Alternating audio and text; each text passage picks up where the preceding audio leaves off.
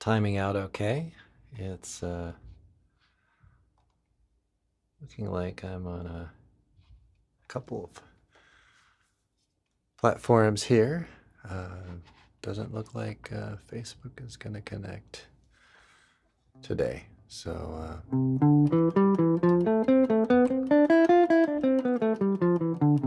guess we'll just cancel that. And yeah, I don't know what happened with that. So we'll remove that. All right. So today we're going to talk about just I thought some scale type things, discuss that a little bit, some approaches, and then talk a little bit about recent tunes and any questions you all have. Had some really great questions last week about intervals on Bright Size Life, and had a little bit about this 313, which I did a little research on that over the week and got a little more familiar with that concept. Maybe what I'll start with is some of the benefits of the complexities of the guitar. Hey Jeffrey, good morning. Welcome.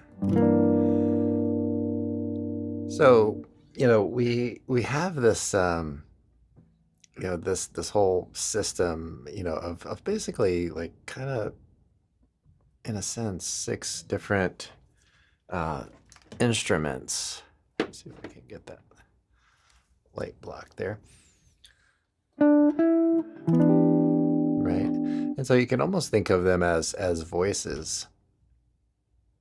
And when you go to play melodically, you switch from one voice to the next. So if you've ever seen anyone playing or any group playing something like church bells, you have one person that's in charge of maybe 2 notes, and so when their note comes up, they ring it in there. So, but it ends up being a continuous, melodic line that just gets kind of passed from person to person. So when we play melodically on the guitar, you might use that as a perspective on it.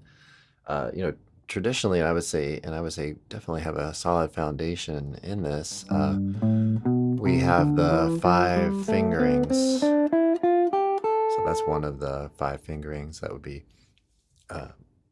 key of C major there. But you work within a certain range of tones that are available. So even though C is our, let's say, our tonic there, that we're perceiving as our tonic, then have some lower notes within range, right? Over here, C becomes already kind of one of the lower notes, right? So having a strong foundation in the 6 fingerings is really, really crucial. I would say it helps you map out the neck. And I released a video on Wednesday, and this is something I plan to do regularly. Just kind of going over one of these concepts. I did a video on the scales and different combinations of notes that you could take from basically one of these strings to the next, right? And one thing I'd really recommend there is to really work at hitting it from different angles, right? You do the 5 fingerings, have that, and have that intention when you're practicing of going, well, okay, what am I working on here, right? Working in a range, right? Trying to imprint where the note locations are, right? And then when it comes to creating melodic lines, may focus more on a smaller number of tones and then how it relates to a chord. But let's get back to this note combination thing per string. Hi, Eric. How's it going? Good morning, Jeffrey. Yeah. So if you take, and I did a short video on this. If you take a pentatonic scale and you go, let's say 3 notes on string 6, 1 note on string 5, and then 3 notes on string 4, then that's kind of that concept, right? So one of the things that is so beneficial about guitar is the phrasing options. You know, we have a lot of these complexities as far as these 5 fingerings and redundant tones on the neck. So we take advantage of how that kind of works in our favor. So we can play 2 notes per string, like the pentatonics often do, or pretty much always do. I mean, as long as you're in a position, and then do the 3, 1 that kind of breaks you out of that, right? So that you can create some other phrasing options, right? You can slide, hammer, and all of those types of things. In the video on Wednesday, I focused a little more on 7-note type scales, and so seeing those from different angles, right? Take your, focusing on going over 2 notes per string, and noticing the current, or where that takes your hand positions, and that can really help to strengthen those 5 fingerings, because you're moving from one to the next, and so you have to quickly really try to register, what the next one is. All right, so I might do a little noodling here. I'll mute my mic and remind folks to like and subscribe if you haven't already. I'll be hanging out here. Love to know what you're working on. What is interesting you all out there, practice, and you're playing.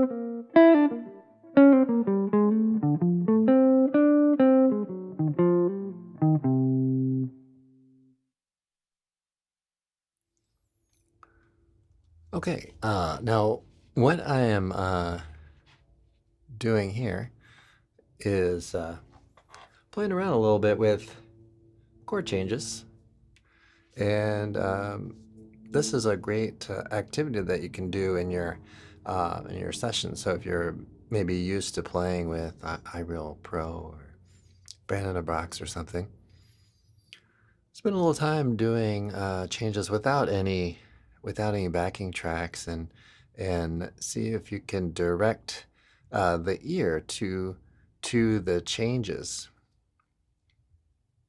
And we can, of course, work with arpeggios to accomplish that, but we want to keep this constant awareness of chord scales that go beyond maybe 4 notes, so we can build in a variety of intervals in our lines.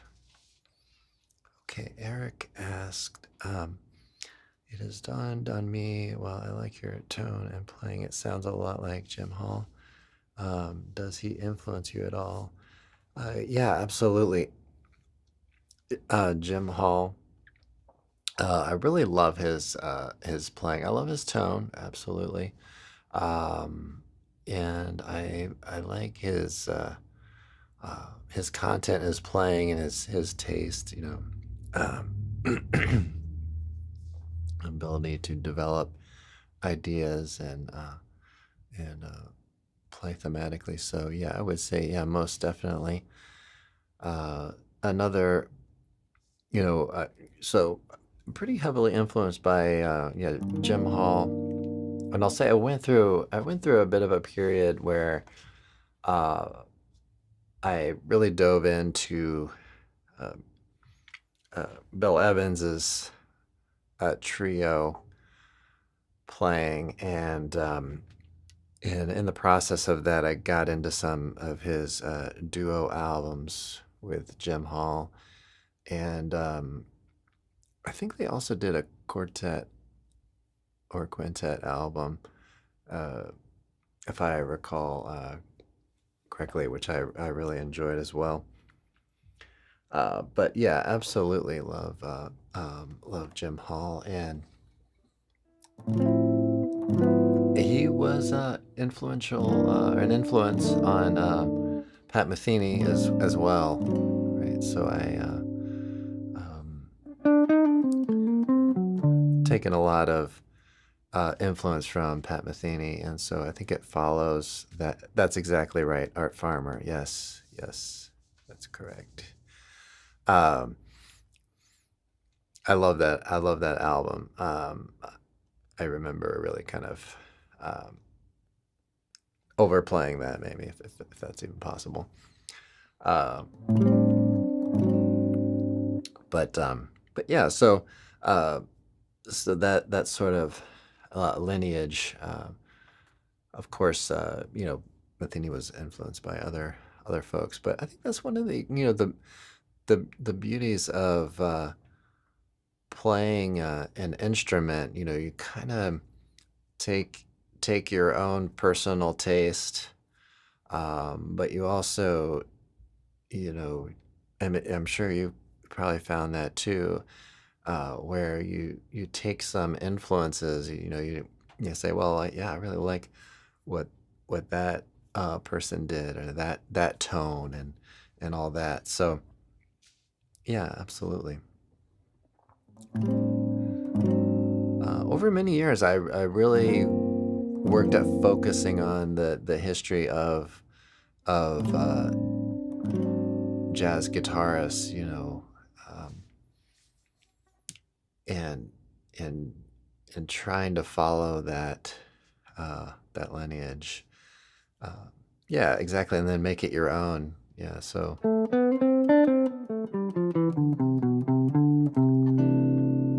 yeah, and Eric, I think I may be doing uh, Bright Side's Life as my next video, because I've been meaning to update the my lesson video on that, and it's such an important tune to me that I really want to get on that. Yeah, yeah, exactly. So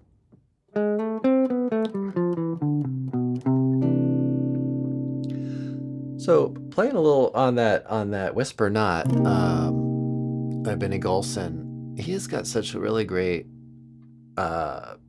material. I mean, melodically and harmonically, it's really kind of cool. But we get this little concept here where we kind of roll along with these little chains of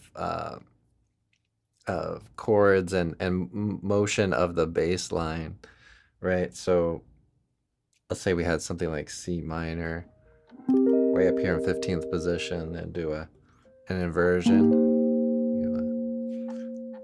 of that, the third inversion, and then A minor 7, flat 5, right, to maybe D7, and then kind of go through that same, you'll see the same process as you work down the strings, right? And then that's where it kind of breaks that pattern we go into.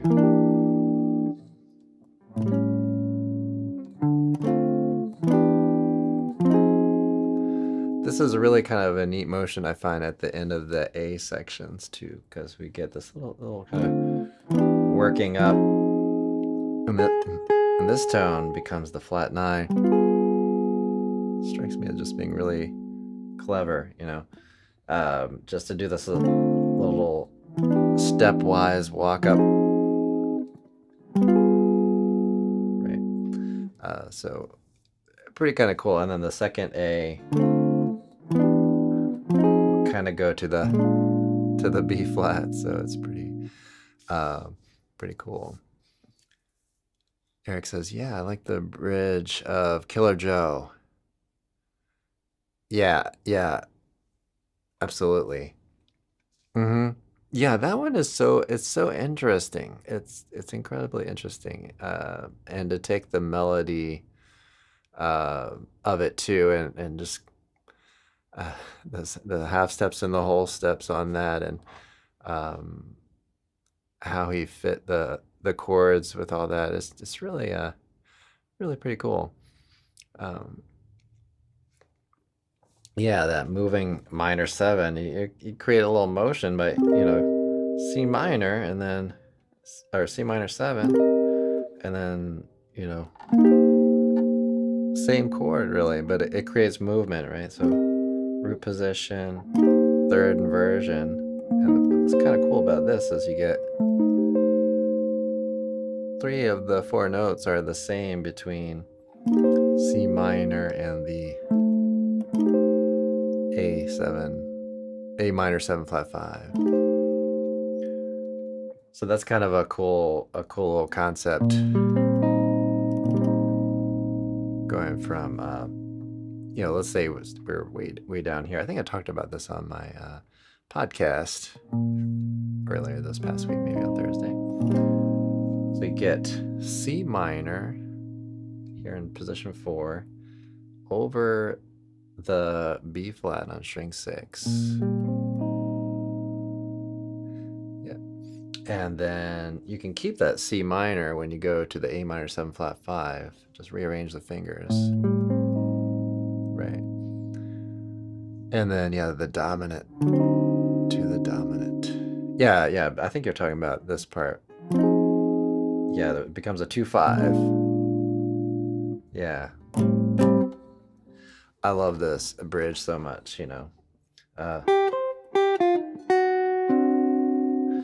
that was fun to kind of put together some of those articulations from the from the recording and all that.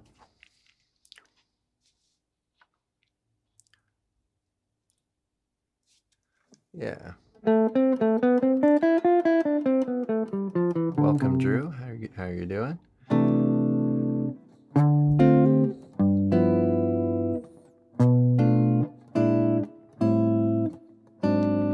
So I'm thinking the last couple of melody videos I've done over the last couple of weeks have been a little bit on the challenging side.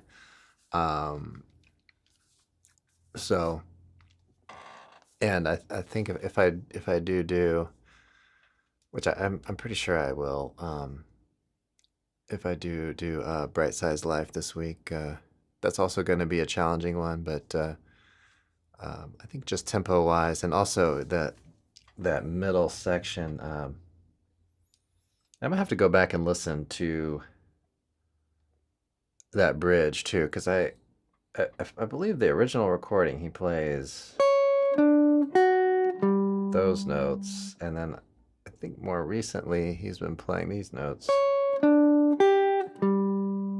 which is just one note difference here on string 2. So I'll have to go back and just kind of confirm that, but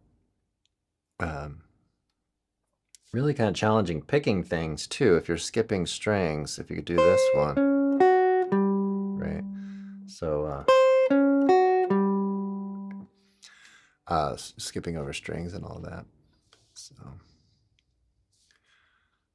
okay, well, I'm gonna do maybe a little more noodling around, and please do think of any questions. It was tremendously helpful last week to hear some questions, and maybe I'll go over that 3-1-3 concept here in a minute. I think Jeffrey was asking about that last time, if I'm not mistaken. But just kind of point out how incredibly helpful it is for me to hear a few things that folks are interested in, because then I can try to put together a video this midweek, and some of the podcasts I'll cover some of these concepts and stuff. So, but in the meantime, I'm gonna do a little noodling around here.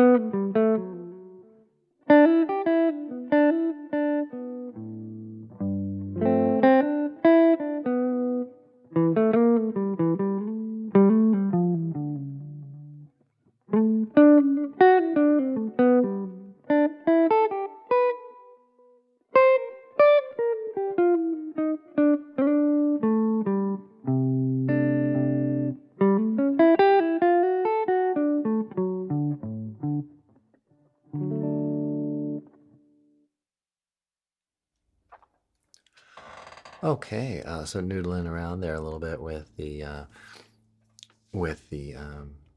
Bright Size Life, just kind of exploring the changes there a little bit.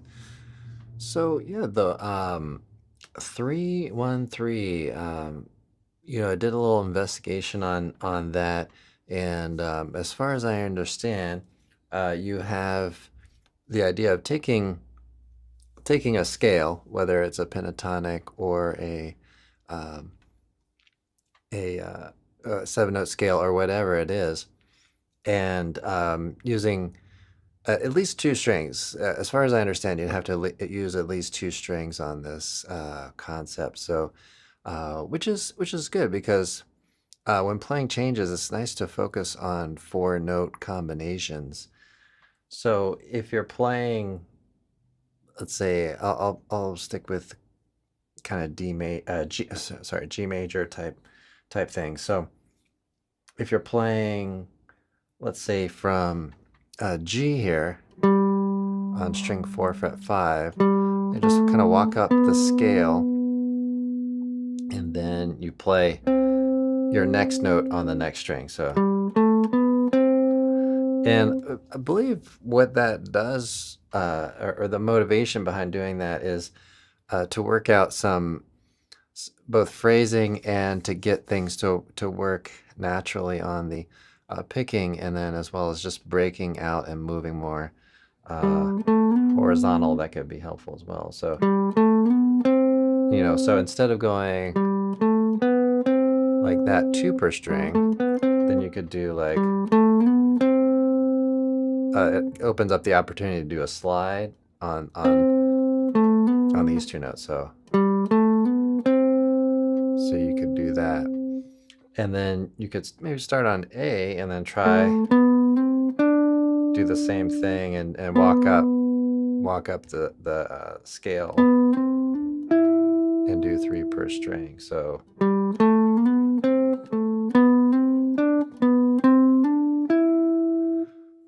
So then that gives you a slurred tone in the middle, right? Because otherwise you could do slurred tones on the beginning and the second half of your 4-note string combination. So you could do hammer, hammer. You could do hammer, hammer, hammer, hammer.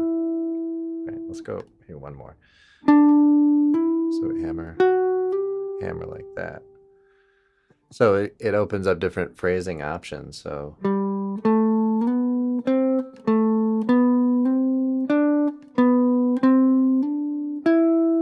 like that, and then where do we end up? So we gotta start there. Okay, so then we have here. So it'll be, kind of a thing that will really open up, the neck, and that's one thing I've talked a lot about with also on the live stream, but also with private students, is just moving horizontally on the neck, and just take a look at Wes Montgomery. When I really heard, I had been listening to Wes Montgomery for quite a while. When I kind of got more access to video footage, probably thanks to YouTube. I was really a little blown away at how he's just moving like this. He's a lot, not exclusively, but just moving very horizontally, and it really impacted me. So I really focused my attention on breaking out of some of these boxes, and that really can restrict your phrasing choices. So, but they're so important to know, right? The 5 fingerings and stuff. Okay. Eric says, yeah, that's cool. So many permutations. Probably good ear practice. Don't lock into pattern. Yeah, that's exactly, some of the benefits of that. Let your ear guide it, and phrasing will improve. Yeah, phrasing. And I would say I really, in that period of time where I did really try to move more horizontally, it did seem like phrasing sounded more natural and at ease, because you get locked into one position, and it's you kind of limited on picking versus not picking. So yeah, the 1-3-1-3 concept. Try it on 2 individual strings and move it around.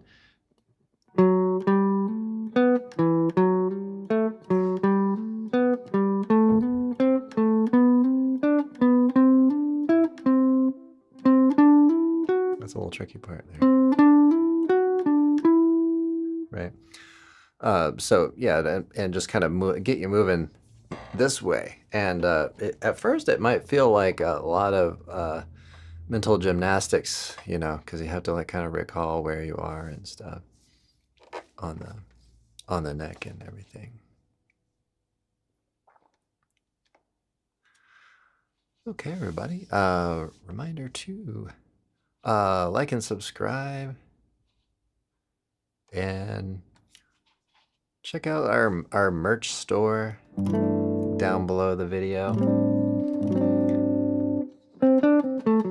Got some books and mugs and stuff.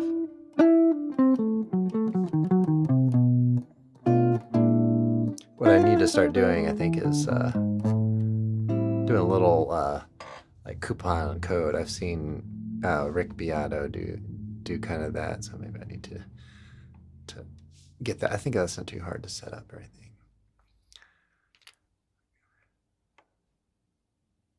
All right, let's see. So Drew, acoustic playing, releasing some solo material. Very cool. Awesome. Yeah, thanks for joining.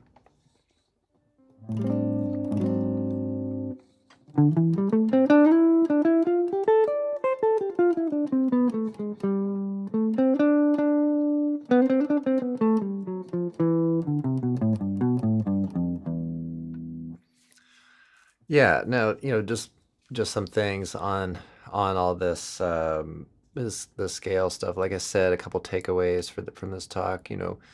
Try to hit it from different angles. Do like I said, two per string. Move like that. Do three per string, which will get you kind of sent in the other direction. I think I talked about doing four per string, which will send you further up. But try, doing, set your intention. When you're practicing. Like, am I working at really going around the neck? Then yeah, do a bunch of exercises that will get you moving this way and that way. Am I, trying to work at lines? Um, then you might try to pick more like, go less range, right?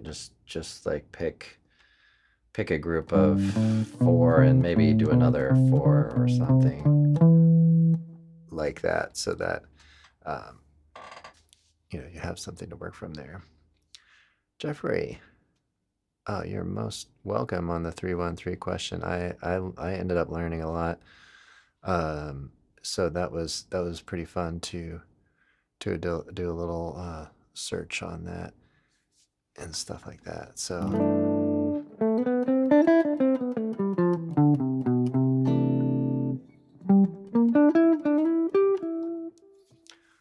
all right. So maybe I'll do a little more playing. I'll mute my mic here for a minute, and I'll be hanging out for about another 10-15 minutes. So if you have any additional questions,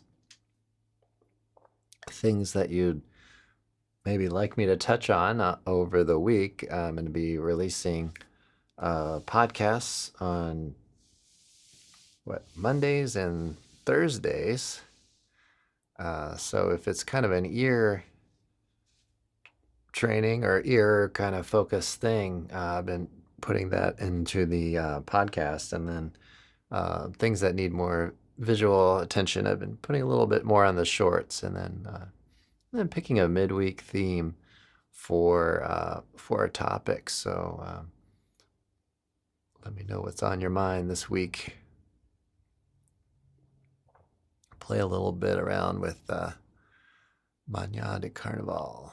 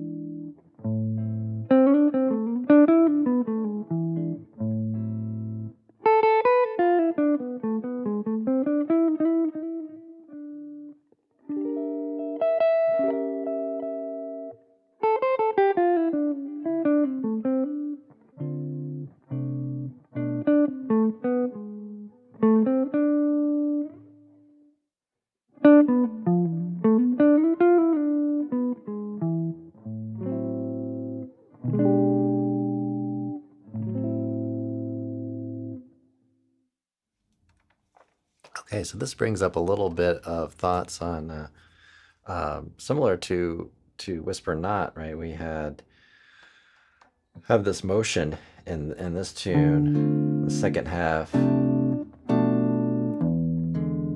right? That goes in that similar direction. Now this part can go like this, or it can go.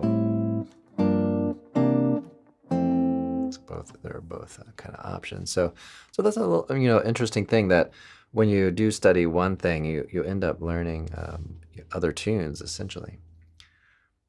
Okay, Eric says classic jazz language, small phrases that get you in the door. I think like bebop and early jazz and jump blues. Yeah, that'd be cool. Some Jim Hall phrases, maybe Charlie Parker phrases. Yeah, absolutely. Here's kind of a cool little thing that you can do, which kind of has that sort of thing. So if you have a 5 of 1, you know, you can do a little. That's kind of a cliche sort of phrase. That's in kind of that area, I would say. So what you're kind of doing there is thinking D7, and you get this sharp 9, flat 9. So when I play, that's kind of where that's coming from. Okay, so then that would be kind of the D7, and then you get this. This is interesting because you could enclose the G major, right? So you could even do that.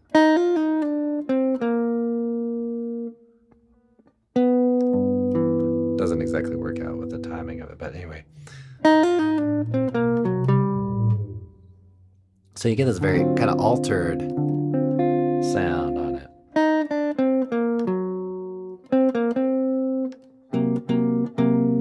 Right. So that's a nice one if you want to just try something a little bit, get you started, but you'll hear that. So yeah, great. That does sound pretty cool. So I think I may follow through on that. Okay, the story. Welcome. Thanks for joining. Well, this is a improvisation, guitar and improvisation live stream. So, but welcome. Hopefully you can take some things from that. I don't know how much guitar is in BTS. I would say probably some funky rhythm guitar.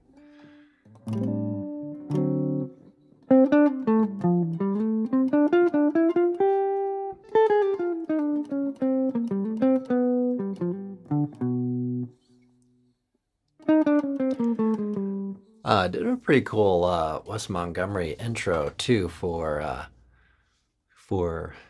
the Round Midnight. I did a little bit of video going over that, and that has some nice lines too. But yeah, some Charlie Parker phrases would definitely be pretty cool, as well as Jim Hall. So I'll have to do a little searching on that.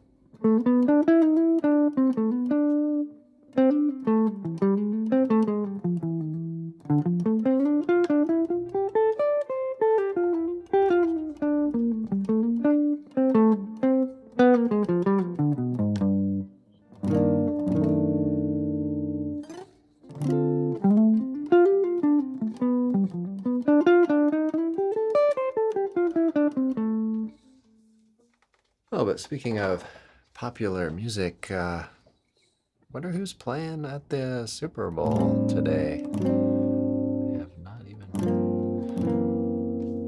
checked that out yet. We just had the Grammys, right?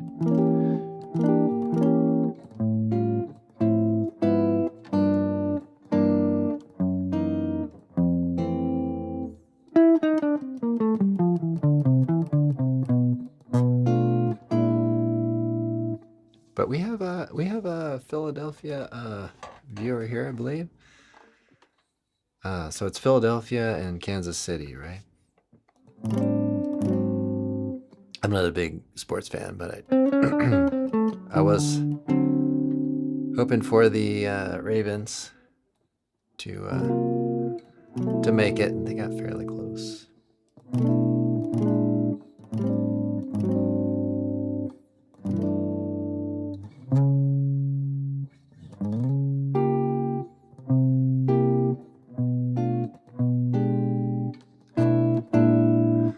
I'll mention too, folks, especially the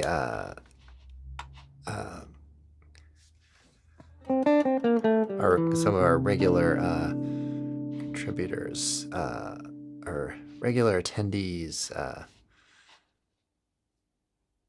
Go Eagles! Yeah, yeah.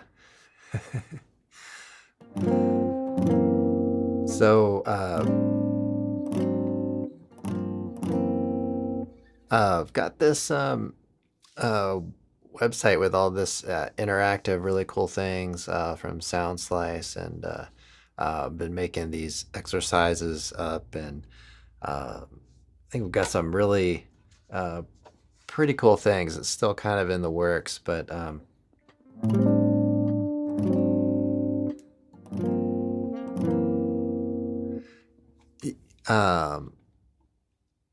yeah. So the consultation is essentially we meet, and then I tell you a little bit about well, first I maybe do a little listening to your playing, or just any like questions or concerns, and then I kind of steer you in a direction on how to how you might want to proceed with your practice. So kind of point you in a certain direction. So that's kind of the thing. Yeah. So the website, I've got these things kind of behind the scenes when you log in and stuff. There are a few more things available. I have a foundations course that you automatically get into when you register. So but definitely get in touch, and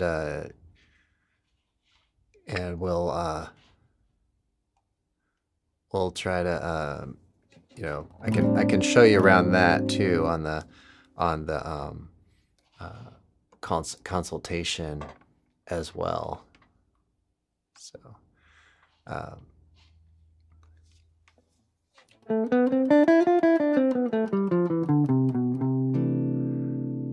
so Eagles won the Super Bowl on your 60th birthday. That's awesome. That's a nice birthday gift.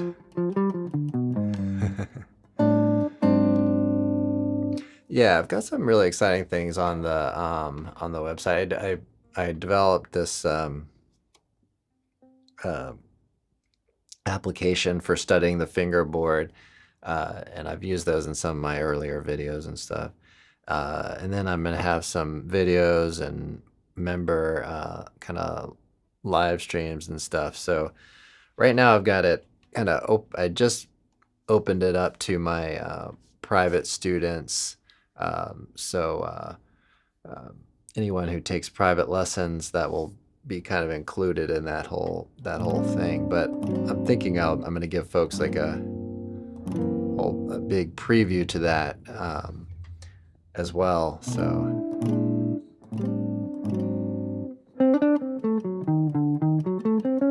but pretty excited about it. I've been working on it for a little bit now. So we're getting close. All right, everybody. Well, I'm going to call it a day here for today. But yeah, if you are interested in the